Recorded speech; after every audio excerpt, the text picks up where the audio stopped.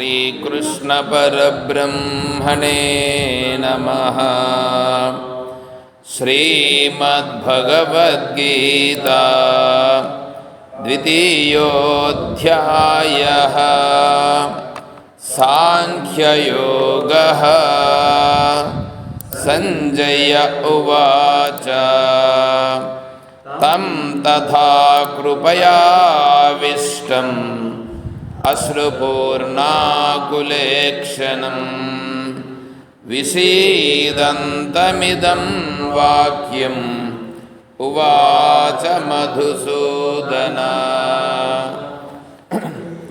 श्रीभगवानुवाच कुतस्त्वाकस्मलमिदं विषमे समुपस्थितम् अनार्यजुष्टमस्वर्ग्यम् अकीर्तिकरमर्जुन। क्लैब्यमास्मगमः पार्थ नैतद्वैयुपपद्यते। क्षुद्रं हृदयदौर्बल्यं त्यक्त्वोत्तिष्ठ परन्तप।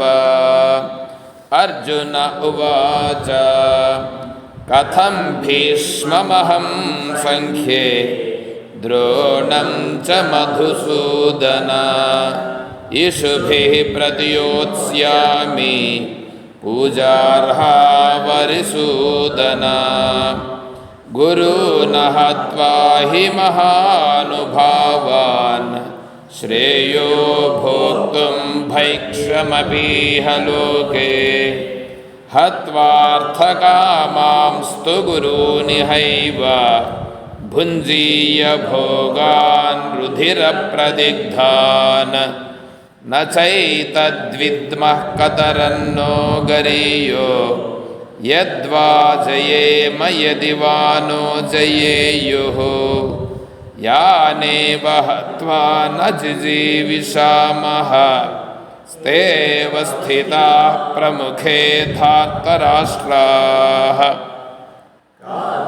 न्यदोषोपहतः स्वभावः पृच्छामि त्वां धर्मसम्मूढचेताः।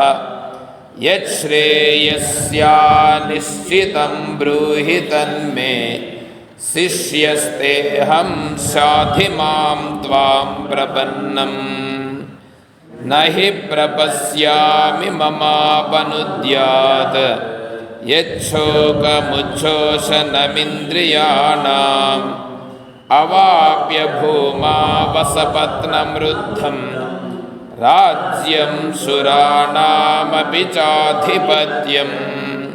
संजय उवाच एवमुक्त्वा ऋषिकेशं गुडाकेशः परन्तपः न योत्स्य इति गोविन्दम् उक्त्वा तूष्णीं बभूवः। तमुवाच हृषीकेशः प्रहसन्निव भारत।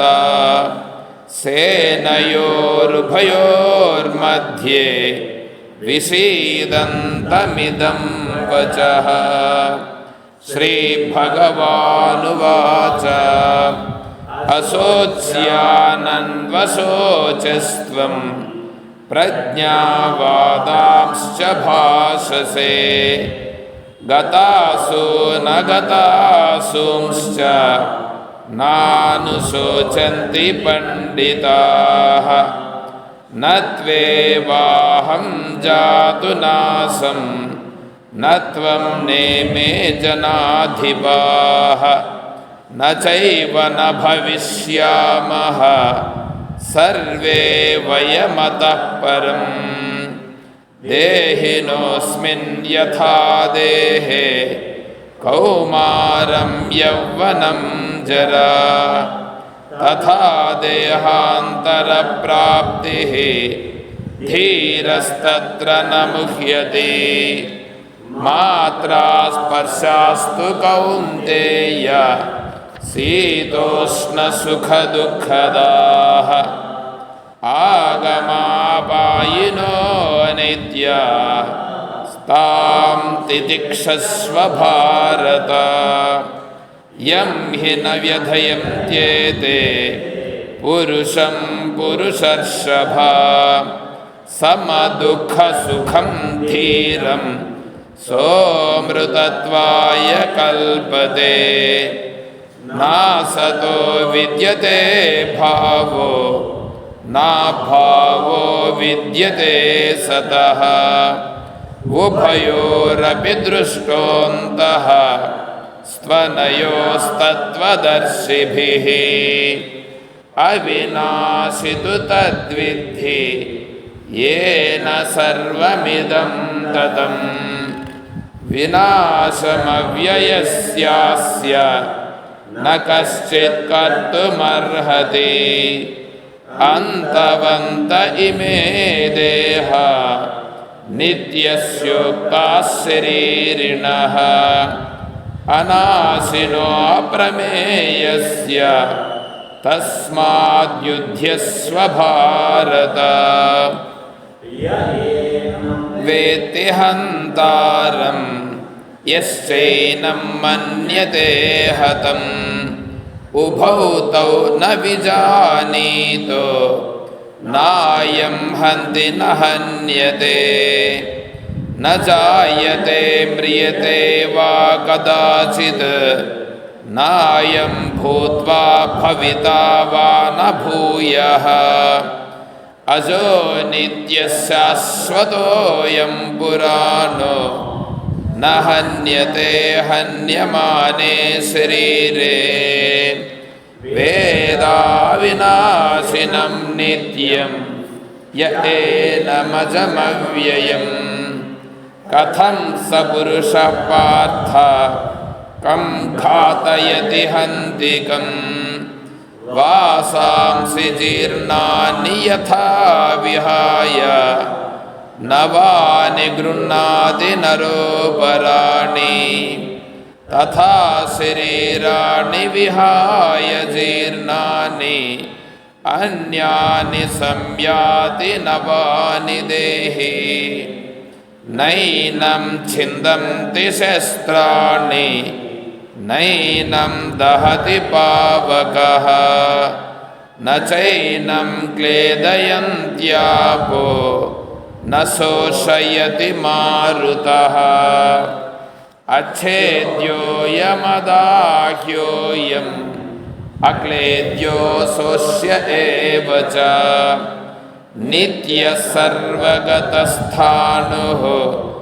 अचलोऽयं सनातनः अव्यक्तोऽयमचिन्त्योऽयम् अविकार्योऽयमुच्यते तस्मादेवं विदित्वैनं नानुशोचितुमर्हसि अथ चैनं नित्यजातं नित्यं वा मन्यसे मृतं तथापि त्वं महाबाहो नैनं शोचितुमर्हसि जातस्य हि ध्रुवोर्मृत्युः ध्रुवं जन्म मृतस्य च तस्मादपरिहार्यार्थे न त्वं शोचितुमर्हसि अव्यक्तादीनि भूतानि व्यक्तमध्यानि भारत अव्यक्तनिधनान्येव तत्र का परिदेवना आश्चर्यवत् पश्यति कश्चिदेनम् आश्चर्यवद्वदति तथैव चान्यः आश्चर्यवश्चैनमन्यः शृणोति श्रुत्वाप्येनं वेद न चैव कश्चित् देहि नित्यमवध्योऽयं देहे सर्वस्य भारत तस्मात् सर्वाणि भूतानि न त्वं शोचितुमर्हसि स्वधर्ममपि चावेक्ष्य न विकम्पितुमर्हसि ಧರ್ಮ್ಯಾಧಿಯುದ್ಧಾತ್ ಶ್ರೇಯೋನ್ಯತ್ ಕ್ಷತ್ರಿಯಸ್ಯ ನ ವಿದ್ಯತೆ యదృచ్ఛయా చోపపన్నం మళ్ళా చూడు యదృచ్ఛయా చోపపన్నం స్వర్గద్వారమపావృతం సుఖినః క్షత్రియాః పార్థ లభంతే యుద్ధమీదృశం అథ చేత్వమిమం ధర్మ్యం సంగ్రామం న కరిష్యసి తతస్వధర్మం కీర్తిం చ హిత్వా పాపమవాప్స్యసి అకీర్తిం చాపి భూతాని కథయిష్యంతి తే వ్యయాం సంభావితస్య చాకీర్తి మరణాదతిరిచ్యతే భయాద్రణాదుపరతం మన్యంతే త్వాం మహారథాః యేషాం చ త్వం బహుమతో భూత్వా యాస్యసి లాఘవం అవాచ్యవాదాంశ్చ బహూన్ వదిష్యంతి తవాహితాః నిందంతస్తవ సామర్థ్యం తతో దుఃఖతరం ను కిం హతో వా ప్రాప్స్యసే స్వర్గం జిత్వా వా భోక్ష్యసే మహీం తస్మాదుత్తిష్ఠ కౌంతేయ యుద్ధాయ కృతనిశ్చయః సుఖదుఃఖే సమే కృత్వా లాభాలాభౌ జయాజయో తతో యుద్ధాయ యుజ్యస్వ నైవం పాపమవాప్స్యసి ఏషా తే విహితా సాంఖ్యే బుద్ధిర్యోగే త్విమాం శృణు బుద్ధ్యా యుక్తో యయా పార్థ కర్మబంధం ప్రహాస్యసి నేహాభిక్రమనాశోస్తి ప్రత్యవాయో న విద్యతే స్వల్పమప్యస్య ధర్మస్య త్రాయతే మహతో భయాత్ వ్యవసాయాత్మికా బుద్ధిః ఏకేహ కురు నందన బహుశాఖాహ్యనంతాశ్చ బుద్ధయో వ్యవసాయినాం యామిమాం పుష్పితాం వాచం ప్రవదంత్య విపశ్చితః వేదవాదరతా పార్థ నాన్యదస్తేతి వాదినః కామాత్మానః స్వర్గపరాః జన్మ కర్మ ఫలప్రదాం క్రియా విశేష బహుళాం భోగైశ్వర్యగతిం ప్రతి భోగైశ్వర్య ప్రసక్తానాం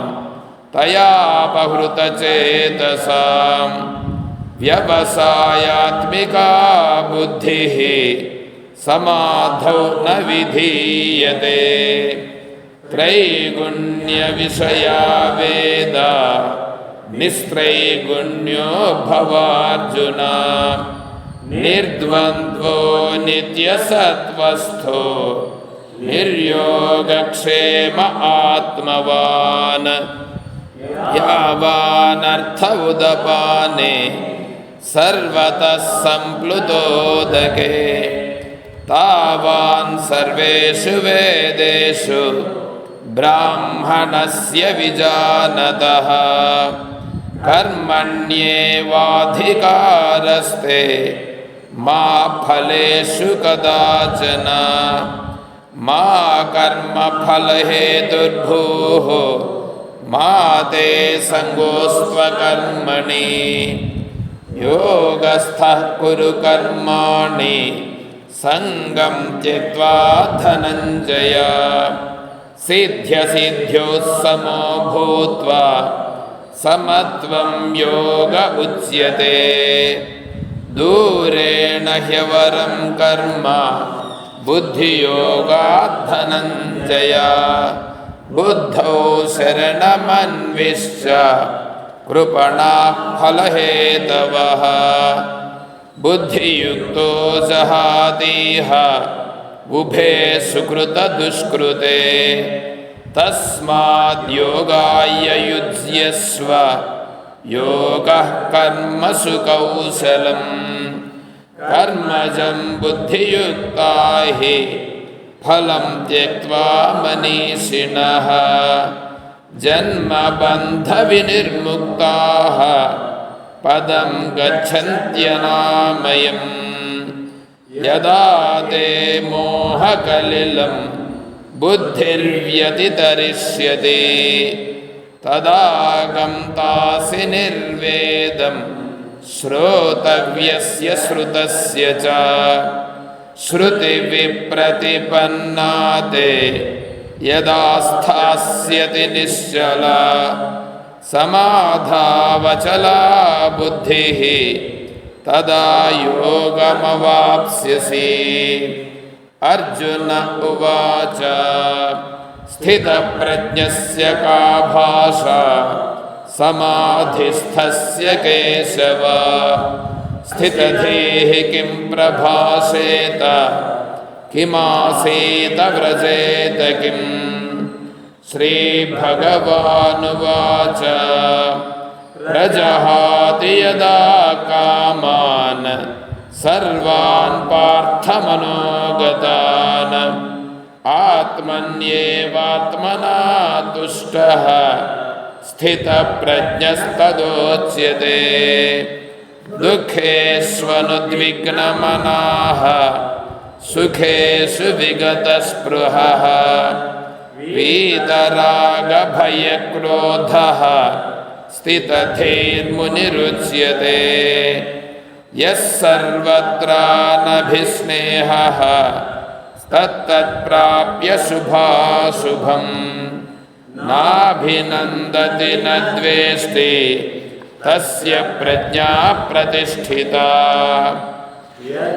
संहरते चायं कूर्मोऽङ्गानीव सर्वशः इन्द्रियाणीन्द्रियार्थेभ्यः तस्य प्रज्ञा प्रतिष्ठिता विषया विनिवर्तन्ते निराहारस्य देहिनः रसवर्जं रसोऽप्यस्य परं दृष्ट्वा निवर्तते यततो ह्यपि कौन्तेय पुरुषस्य विपश्चितः इन्द्रियाणि प्रमाथीनि हरन्ति प्रसभं मनः तानि सर्वाणि संयम्य युक्त आसीत मत्परः वशे हि यस्येन्द्रियाणि तस्य प्रज्ञा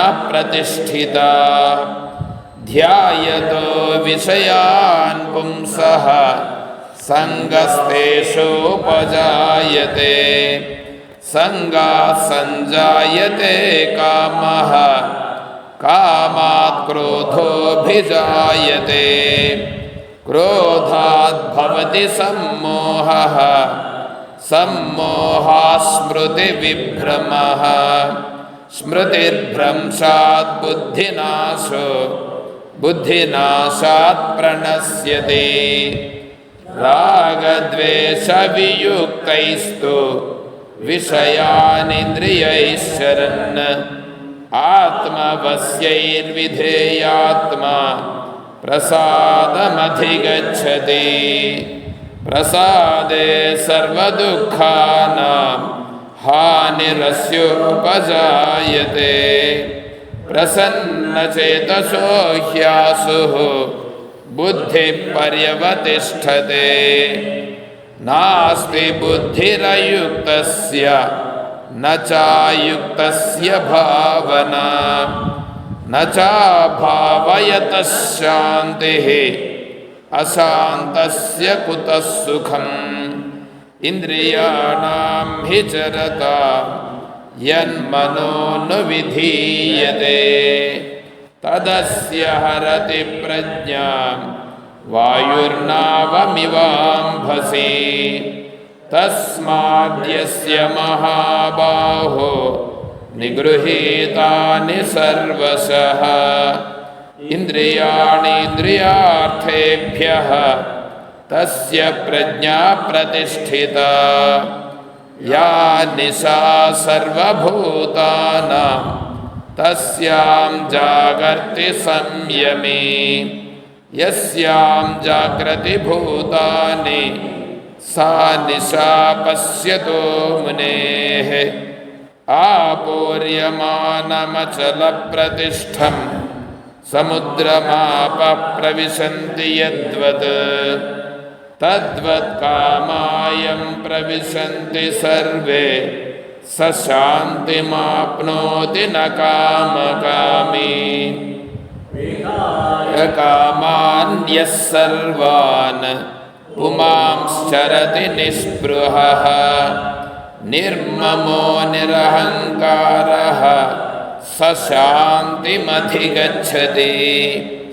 ಏಷಾ ಬ್ರಾಹ್ಮೀ ಸ್ಥಿತಿ ಪಾರ್ಥ ನೈನಾಂ ಪ್ರಾಪ್ಯ ವಿಮುಹ್ಯತೆ ಸ್ಥಿತ್ವಾ ಸ್ಯಾಮಂತಕಾಲೇಪಿ ಬ್ರಹ್ಮ ನಿರ್ವಾಣಮೃಚ್ಛತಿ ಓಂ ತತ್ಸತ್ ಇತಿ ಶ್ರೀಮದ್ಭಗವದ್ಗೀತಾಸು ಉಪನಿಷತ್ಸು ಬ್ರಹ್ಮವಿದ್ಯಾಯಾಂ